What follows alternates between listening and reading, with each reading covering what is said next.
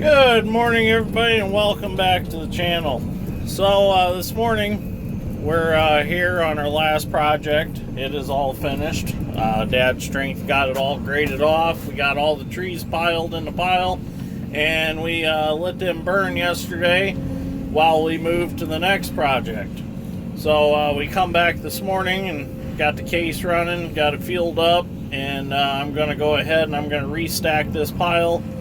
All the stuff that didn't burn, I'm going to get burning again, and then we're going to head to the next project where we have the 270 already, and the feller buncher, and the loader.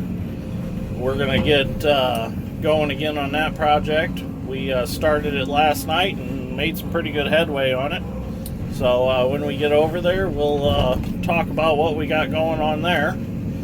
So I don't know if we're going to burn over there today because we're going to supposedly have some very severe winds. So we're pretty close to a property that's in set-aside ground, and it is grass, and we don't want to catch that on fire, so we'll probably not burn much today. But we'll see how the weather goes. Maybe they were wrong. Maybe it won't get as windy as they said it would. But I'm going to get this one restacked up, and then we'll head over there. So over there, what we're doing is there was a ditch bank, and we're taking the trees off, and we're going to set some irrigation bridges across the ditch for the irrigation to travel across, and it's going to water the triangular field on the other side of the ditch. And then we have to put a crossing in just for tractors and combines and stuff like that. So we'll get over there and we'll discuss that more when we get there. So I'm going to get this piled up, get her burning again, and we'll get over there. So we got that all piled and burning again. We're going to let the wind blow over this ash pile, and a lot of it will be gone by this afternoon with the high winds we're going to have. All the big chunks are burning really good again, so we're going to go park this hoe and we're going to head over. I'm going to get in the feller buncher. I'm going to do a bunch of cutting. By the time we get there, Dad should have the top layer of trees off that are up on top of the ditch bank, and I'll be able to cut everything off of the taper with feller buncher. So let's get over there and get started. Okay, so we're in the feller buncher now. And this is what I've cut so far. As you can see, the woods down there. We started at the woods and worked this away, and I've cut all them trees off so far, all the way down to where you see Dad's at now with the 270. He's taking everything off the top of the bank, and I'm cutting everything that's over the bank. So if we come back over here, just after the woods right there, we're going to be putting in a crossing so that you can get across with farm equipment, because as of right now, the only way to get into this field is to come across that CRP set-aside ground up there, which that's a different property owner than this property owner, so this piece is kind of landlocked. It's kind of a triangle in here. So we're going to be putting a crossing in there, that way they can come in through that field, across the crossing, and get into this field. So we're not going to be burning anything today, because as you can see, that's all prairie grass over there that's very dry, and then that is a couple acres of pine trees, so we definitely do not want that to catch on fire. So we're just going to get our pile stacked all up, and we'll probably wait for a windless rainy day to burn it, which it should burn really good anyways, because it's got a lot of sassafras in it. So as soon as Dad gets a little farther down, I'll get up there and I'll start cutting and make it all look like this. And then the customer's going to come back with just his brush mower and nip off the little stuff that I missed. Got a piece of sawdust in my throat or something today. It's so windy out there, everything's blowing around, blowing dirt and sawdust off everything, and it's one of them days. So anyways, I'm gonna get started cutting. After we get all these trees cut off and cleaned up, we're going to be setting these concrete bridges, which these are made by Stress Core, in South Bend, and these are actually, their main purpose when they were first made was they're made for like decking on buildings. So like parking garages, they'll put these down over the I-beam, and then they'll pour concrete over them and make the floor. And we actually done a basement a few years ago that they actually put these over the top of the basement and then poured concrete over the top for the house floor. And they're really tough. They're very good for bridges, for irrigation, because of course the water don't bother them. You don't have to worry about anything rotting or rusting away. And the thing about these is these are actually seconds. These weren't good enough for buildings or anything like that, but there's nothing wrong with them to use for irrigation systems to run across. So we've actually set some of these that were 50, we've set 50 footers, 60 footers, and 70 footers. And these are actually little short ones. These won't be no problem to set. But the thing is, you got to pick them up by the ends. You cannot pick them up in the middle. They've actually got pre-tensioned cables that run through them in the concrete. And if you try to pick them up in the middle, you'll snap them right in half. So you've got to support them at the ends. About 2 to 3 foot in from the ends is where you pick them up from. And usually, if you've got a real long one, you'll need an excavator on each side of the ditch. But these ones, I believe, will be able to just lift with the 270 and set them right across. So we'll do a video on that when we get to it. But we got to mark out where the tires come across and get them at the right angle, so when the pivot goes in its radius, the wheels stay on it when it comes across the ditch. So anyways, Dad should be far enough now that I can start doing some cutting. So I'm going to get cutting.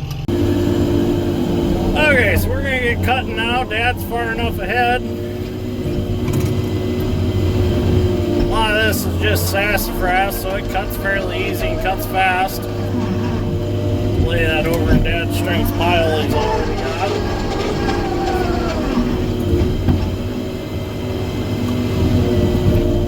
Now I'm going to cut the big stuff off and grab it, and then I'll come back and I'll cut the little stuff off, and I'll grab what a bit I can.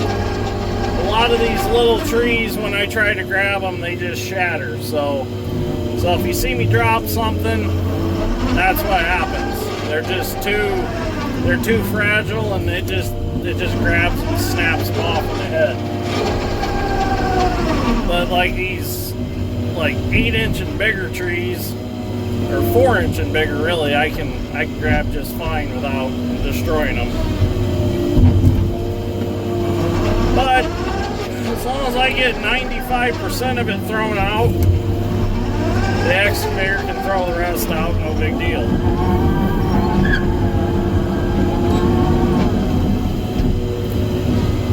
A little tree.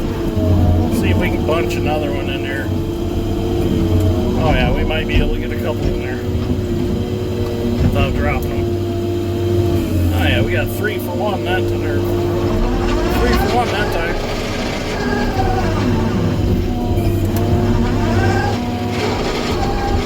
I'm gonna set the camera up and get some outside view too.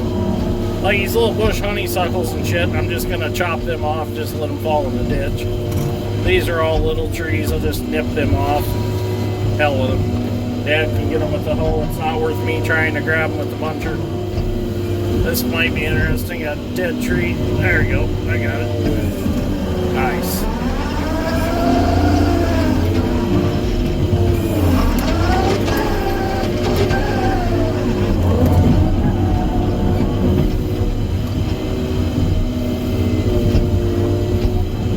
Let's mow that off. I'm gonna mow what I can, and like I said before, the customer said he's gonna bring his brush mower on his tractor and touch it up. So kind of mowing with this is like mowing with a push mower versus mowing with my mower on the hoe. You know, it's 72 inches wide, and this is like 24 maybe.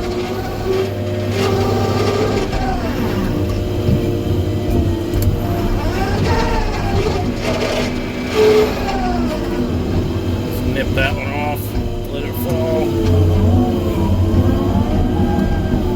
See if we can grab all these at once. Oh yeah.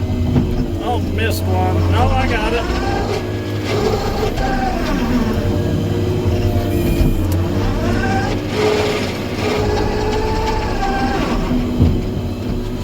One of these days, I'm gonna figure out why the swing's so loud in this. It has been like that since the day I went and looked at it.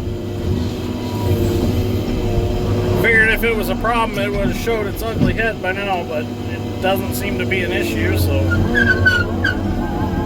know I got one track roller that's in bad shape. That's a squeak that you hear every now and then.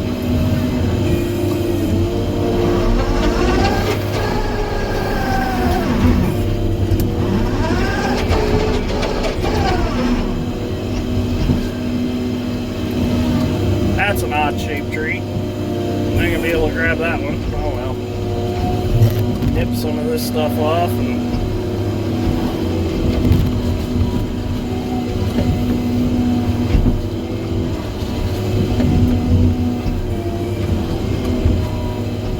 that looks good. Oh, got some cherry trees. Let's go ahead and we'll cut them a little high. That one at least, so it's not so long in a pile.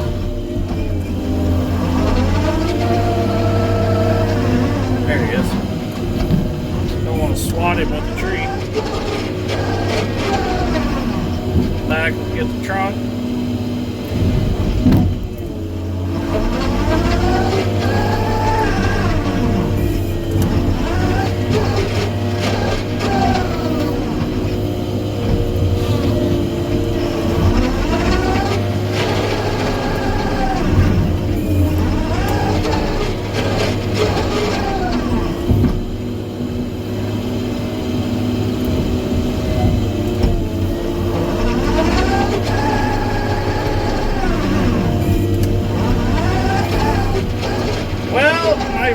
Poison ivy of the year happened.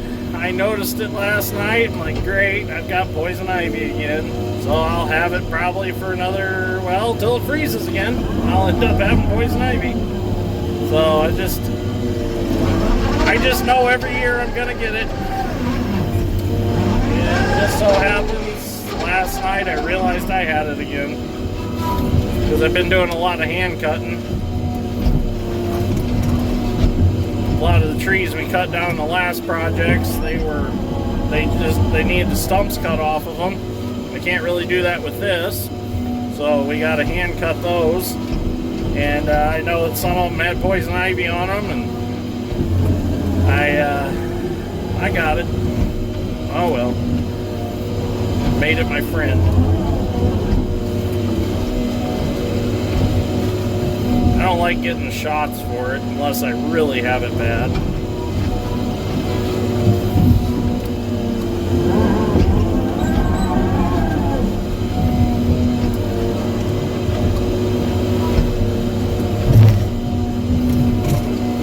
Gonna nibble that off a little more.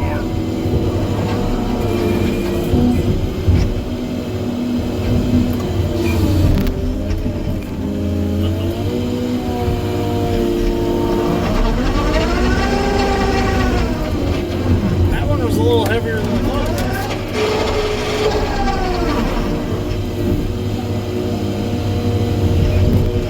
Oops, too far out. Run out of reach. Gotta get a little closer. Squeaking.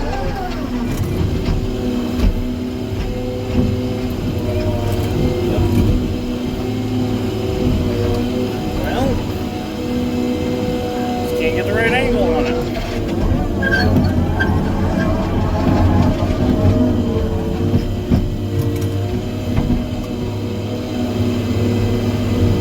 There, we got it.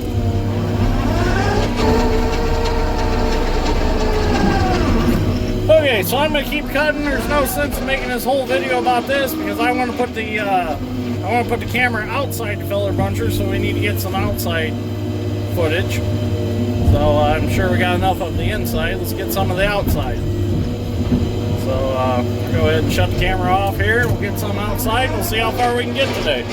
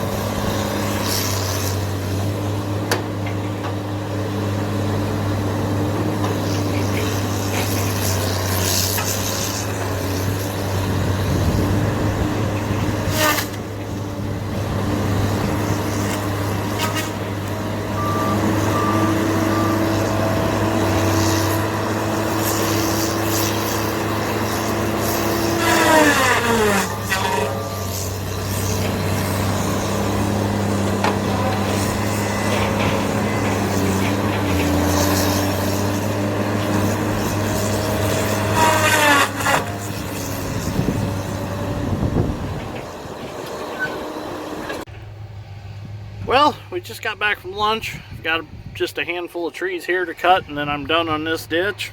And all we gotta do is stack all these trees up on a pile. We're actually gonna bring these around, and we're gonna make a pile over there because we've got about a ½ acre of woods right there in the corner to take out. And then this project's done other than burning. But we can't burn right now because it is way too windy. It'll blow your hat right off your head.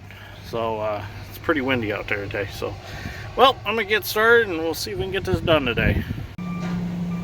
So what I've done is I went all the way around this little patch of woods with the buncher and cut off as far as I can reach in.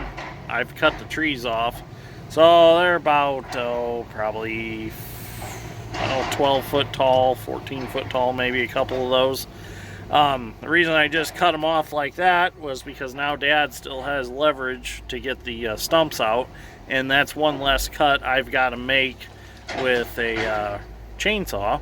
So now once he gets these dug out, I'll just go ahead and I'll whack the stumps off, and then we'll pile the tree trunks up, and then once we get it burning, we'll pile all the stumps on top of that, and we'll get the stumps all burned up.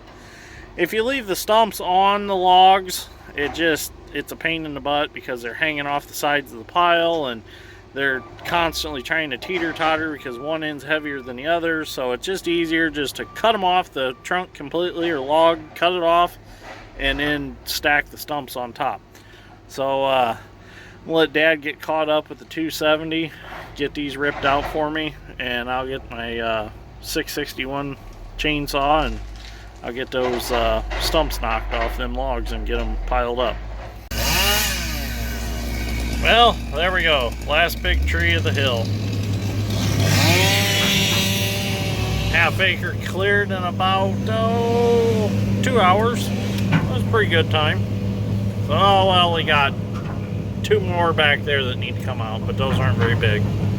So anyways, I think I'm going to end this episode right here so it's not getting too long. We're going to get all this stacked up on the pile and raked up, and probably head home. So we're going to go check out another John Deere 494A corn planter. This one's got the different seed meters. It's not a plate type planter. So pretty cool. Going to go see what that is and probably end up buying it. So anyways, if you like this episode, give me a like. I'd greatly appreciate it, and I will see you all in the next one. Thank you for watching.